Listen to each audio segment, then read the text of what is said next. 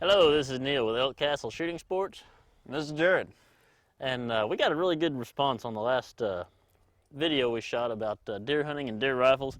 So we thought we would have a little more fun with it and actually come out and shoot some of these. So we brought a couple of our rifles out. We're actually in Bennington, Oklahoma. Bennington, Oklahoma? It's a really nice piece of property. It is Oklahoma. I've already got red mud on my pants. We were told that there was a herd of 17 deer over there this morning. 7 o'clock, we were told. So they're not here now. Anyway, we're going to do some shooting with these rifles, shoot them for group, and make sure they're sighted in. This is actually a 270 stainless featherweight Winchester I bought a couple years ago, model 70. And I haven't shot it in over a year, so I'm going to make sure it's sighted in. Last year I put this Bell & Carlson stock on it, fiberglass stock, and the last time I shot it, I was really trying to get it to group with 150 grain. I tried 4 or 5 different loads of 150 grain, and none of them did what I wanted. So I'm going to try 130, and if I have time, 140 grain load today. This is a rifle rest I've had forever. I always set it right about the front receiver ring or just in front of it. You never want to put your rest out towards the end of the forend, and especially on the barrel. What that does, it puts upward pressure on the barrel, and then that's going to throw your shots off. And this is just a quick and easy sandbag rest just to keep it up comfortably to my shoulder. So I'm going to load it up and get started. We're actually at the property of our nameless and faceless camera director, video director, and we're going to be shooting some guns. And neither of us bought a stapler, so we're just using tape for our targets. Find out how well that works. And it was guesstimated by people besides myself, the distance between where we're setting up our targets and where we're going to shoot. And the guesstimation was 100 yards, and I feel very confident that it is not much more than about 75. I'd probably say it's about 84. I want to point out that just not too long ago, he was vocalizing his belief that it was closer to 100. So we brought a rangefinder. Now right up there behind the trucks, there's a hay ring, and we've got our table set up over there where we're going to be shooting from. And at the point that this pallet was thrown down as a target, it was strongly vocalized by our nameless, faceless director that was about 100 yards. And I would like to point out that Jared supported him and I did not. So, one of us is going to buy the other one lunch when this is all said and done. And I think it's Jared. We'll see. Got your rangefinder, Hoss? I do. We need to establish the terms of the bet. For the record, I said it was probably closer to 70, 75. You turned in a guess of? My initial was that it was closer to 100 yards. I'm second guessing myself. I'm going to say it's 84. Okay. And our nameless, faceless director said 100. He amended that to 94. So what's lunch where? We'll say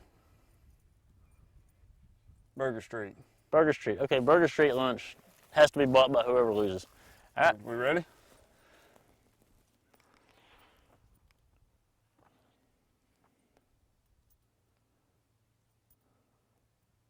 Well, looks like Neil's a winner. 75.4 yards. Double meat, double cheese, mayo and mustard, Dragged through curly the garden. fries, and Dr. Pepper. Yes, sir. So that's going to be the standard of our shooting for all of our rifles today, 75 yards. Now what we're going to be sighting in our rifles with, we have some Redfield sight-in targets downrange. We've got 2 of them set up side by side. We're going to be shooting multiple calibers today.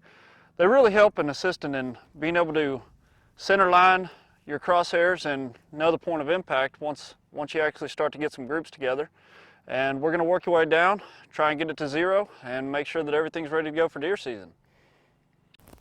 Now we've got a GoPro set up downrange. We're going to try and get the bullet impact on the target to hopefully see the bullet impact and be able to get a little bit of action downrange.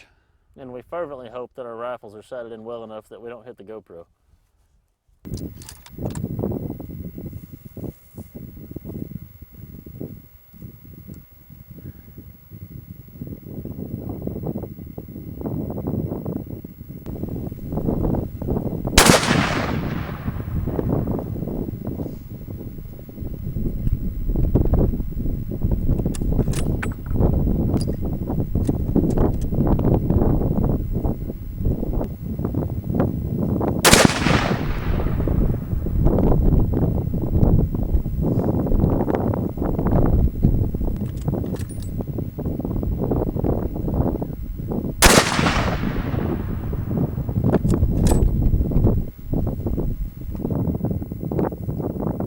thought you were going to load the spotting scope today. I'm pretty sure you were supposed to load the spotting scope today. I don't think so.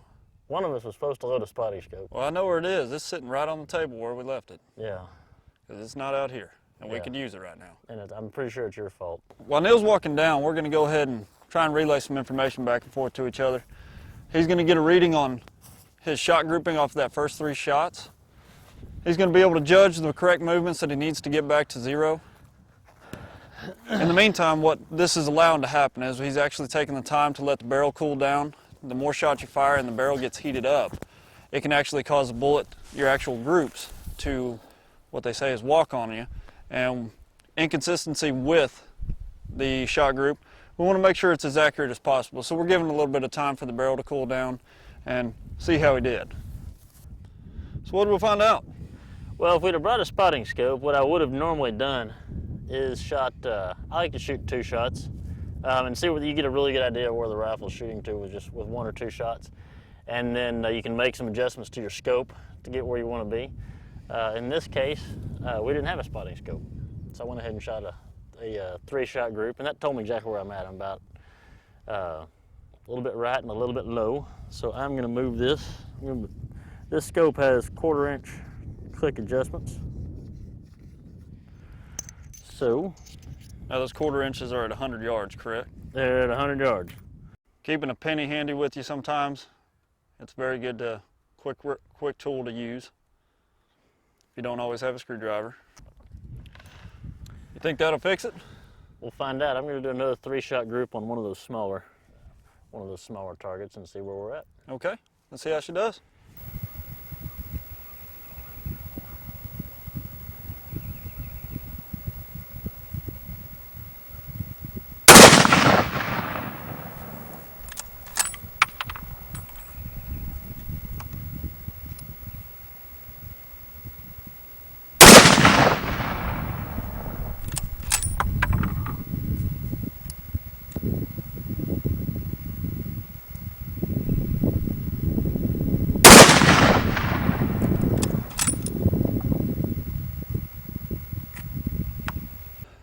Well, Neil, thought that was pretty good? Well, let's go down and take a look. All right.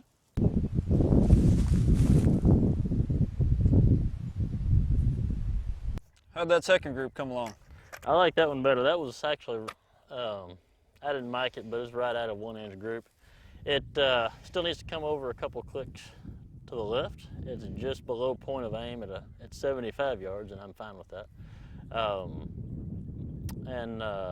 If I had more time, I would actually probably go ahead and try and get it exactly where I want it. Jared's been clamoring to shoot, and he's bigger than me, so I'm going to let him, and I'll just finish up with this some other time.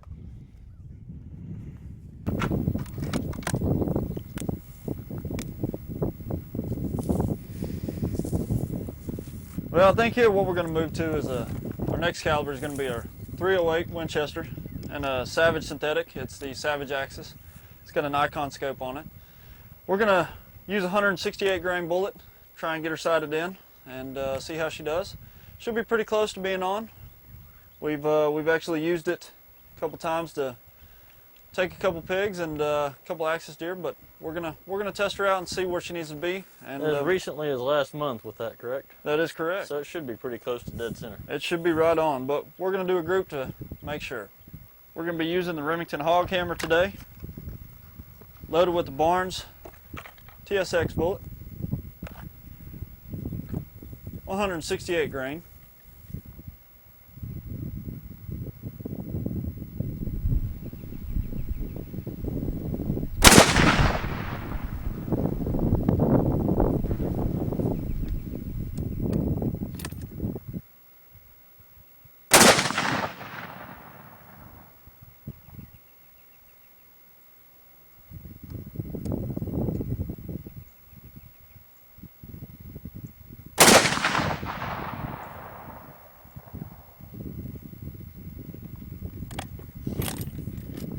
Tell me a little bit about your group down there, Jared. Well, it's exactly at about a 2-inch group.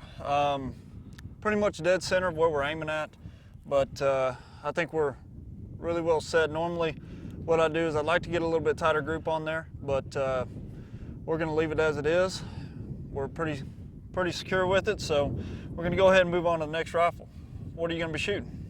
This is a Ruger 77 Hawkeye, stainless synthetic in 280 Remington. Great round.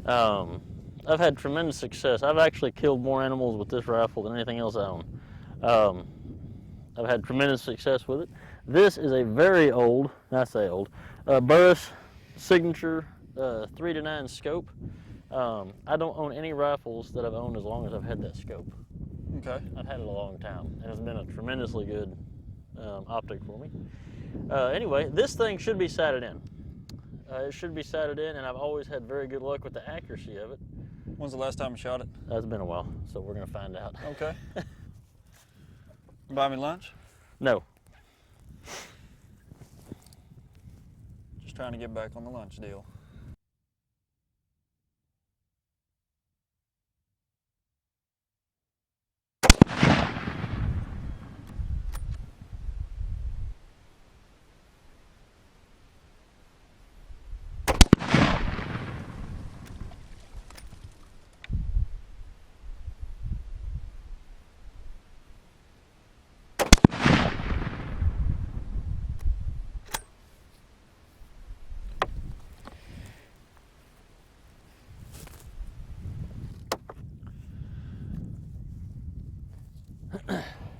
Well, I can't tell from up here, but it seemed like those should have been pretty well.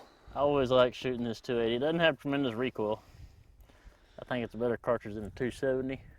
What do you think? Why do you say that? I think it'll do anything a 30-06 will do with less recoil. It's got a really good bullet selection. You can get a 160 grain bullet in there.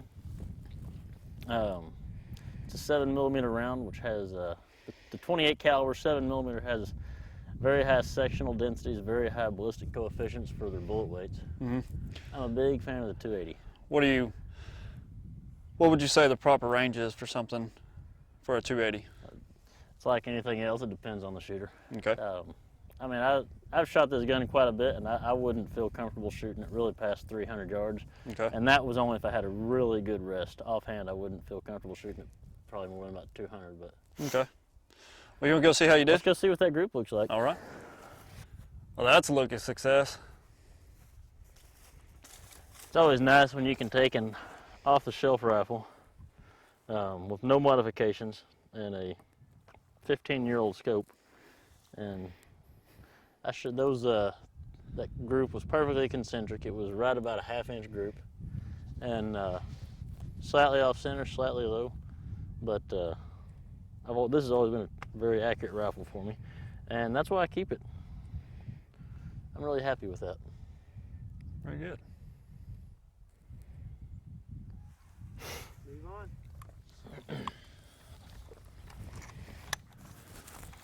Well, guys, I think what we're going to do next is we're going to discuss a couple choices, especially for any type of small game hunting, squirrels, rabbits, anything else, to even just shooting turtles at the pond, popping some pop cans, anything like that. It's always good to have a good rimfire in the gun safe there. So what I've got here is I've got a Savage model 93R17. It's a heavy barrel setup. It's in 17 HMR, 22 Magnum, neck down to a 17 caliber bullet, with a Leupold fine duplex crosshair on top. And we're gonna see how she does. The only problem is significantly smaller hole on the target, so we're gonna have to really eye it and make sure she's on here. So we're gonna try her out.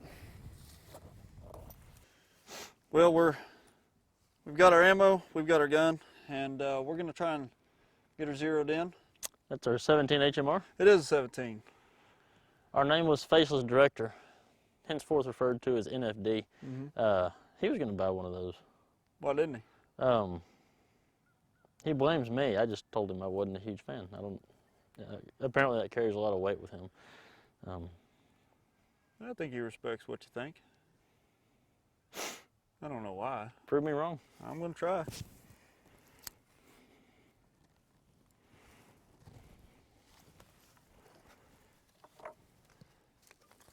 Now these 17s, they come with a detachable magazine. A little bit easier to do. get it loaded up. I'm using a 17 grain Hornady VMAX. I will say this about the 17 is once you get farther out, any type of yardage, if you have a significant crosswind, it can alter the bullet's point of impact fairly significantly. But we have limited wind here today, so hopefully we're going to be able to have a pretty good amount of success here. If not, we'll straighten her out.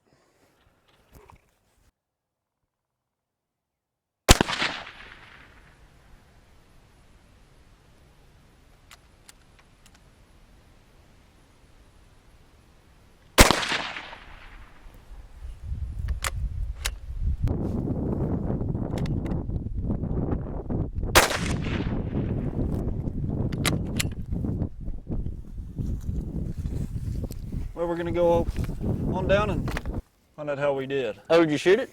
I never saw anything move. Well, it is definitely very light on the recoil. Okay. My shoulder's hurting a little bit, but we'll put some ice on it later. Okay.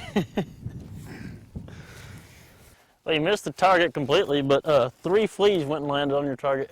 I thought I shredded the target pretty well. Did you? Actually, I'm kidding. Can I try that out? You sure I can. want to give it a whirl. I've Well- never shot one of these. I'd like for you to. How can you say that you don't like a rifle if you've never shot it? You know, they came out with these things, and I look at that and I go, what are you gonna do with a 17 grain bullet Well, that you can't do with any 22 caliber rifle? But these are supposed to be phenomenally accurate, so if you don't mind me borrowing some of your ammunition, I'm gonna shoot it. well, that's fine. Okay, but I'm gonna shoot it at my target. Well, if I'll you try and hit the fleas on yours. Well, go for the flies.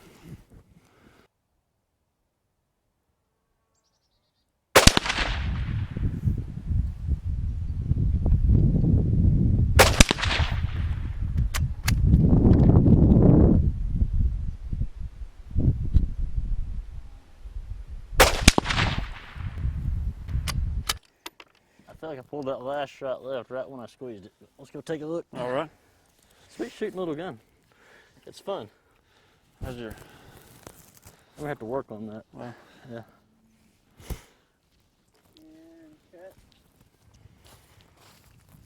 I'm sorry.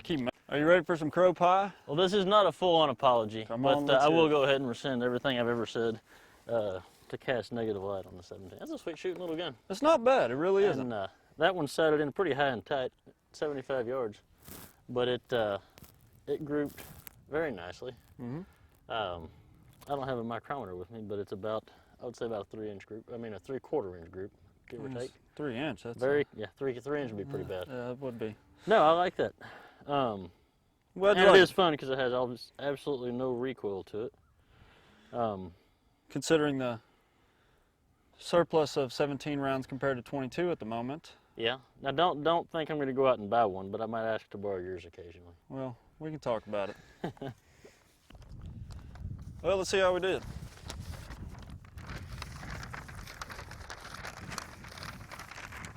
Those aren't bad. That was the 308, right? Yeah, that was a 308. 17. Yep, Let's see. That's at 17. That was a lot of fun. that's a good group. That's a fun little plinking gun. This the 2 groups I shot with the Winchester, that one and this one down here. I need to revisit that and find some ammunition that one likes. What do you think the best group of the day is? I think the 280 ran away with that one. That's not much more than a 1/2-inch group. I've been very impressed with that Ruger. It's just a standard off-the-shelf, straight out of the box Ruger 77 Hawkeye stainless synthetic with a Burris signature scope, which the optics are always part of your accuracy. Absolutely. I've been very impressed with it. Very good. That 17 was a little fun. Talk to me about the 17. Yeah, it's a great shooter. They're relatively inexpensive to shoot. Where ammunition-wise, there's minimal recoil on it. It's a great way to get some target practice in and spend a little time honing your techniques and just having a good time out on the range. Good But training aid for the kids too. absolutely. Yeah, this is by no means a complete representation of the calibers or the even the types of rifles available for deer hunting. But what we wanted to show you is just a good way to get out and put some rounds down range, get yourself on paper, and this is the best way to prepare yourself for deer season. And of course, if you have any questions about anything that you've seen here, stop by, give us a call, or visit us at elkcastle.com. Stay tuned for more videos. Thank you. That was the most fun I've had at work in a long time. That's no joke. We need to come back out here again. I think there's a good chance of it. Exploding targets? A must.